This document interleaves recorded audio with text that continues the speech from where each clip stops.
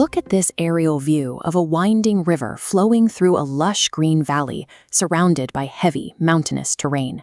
It's a visually striking layout, but it creates a stark physical dividing line for the state of Manipur.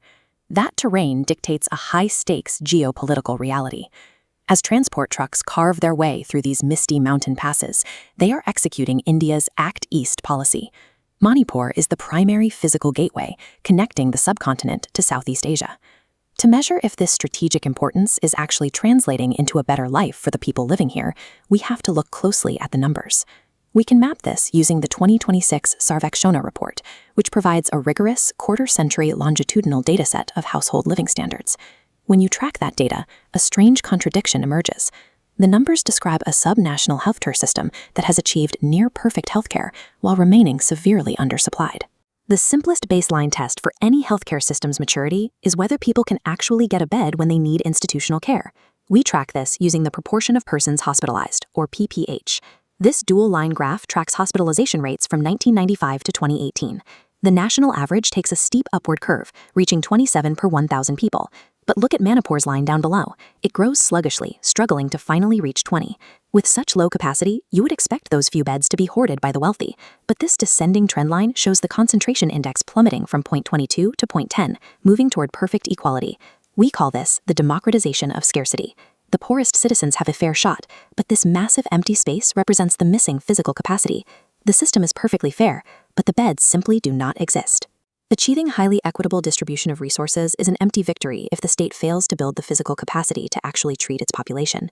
To understand why that infrastructure is missing, you have to step away from the spreadsheets and look at the physical environment. Mountains are an expensive, stubborn barrier to heavy construction.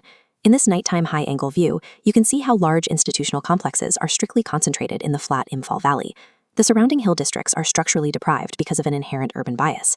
It is simply easier to build in the valley. The state successfully enacted public health schemes that removed financial barriers for rural patients, but they hit a wall with what economists call endowment effects.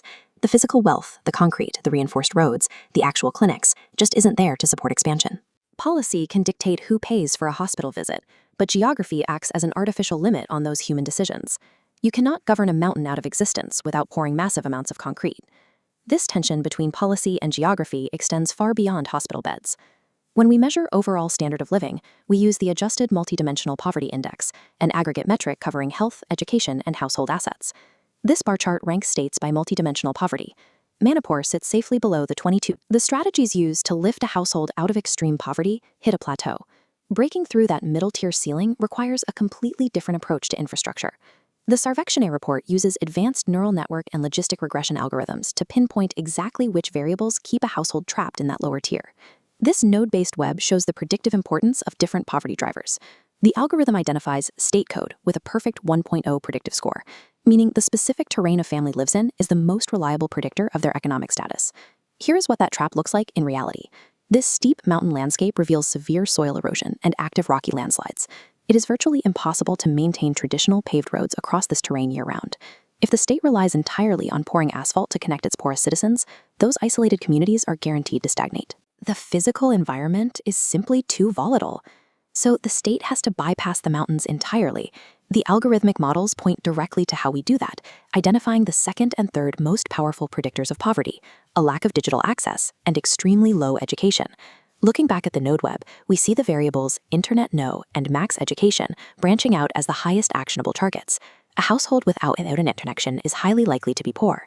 In 2026, digital access functions as a surrogate for the physical infrastructure that geography makes impossible to build. At the same time, any household where the head lacks primary education cannot navigate or leverage the equitable public health systems the state just spent decades building. This image of a hillside village, anchored by a tall telecommunications tower rising above the houses, illustrates the final policy mandate. If you cannot reliably pave a road to a village, you have to build a digital road to deliver education, medical services, and economic access. Manipur has proven it can build incredibly fair systems. Now, to evolve from resilient equity into true regional leadership, it has to conquer its geography by making massive, targeted investments in digital connectivity.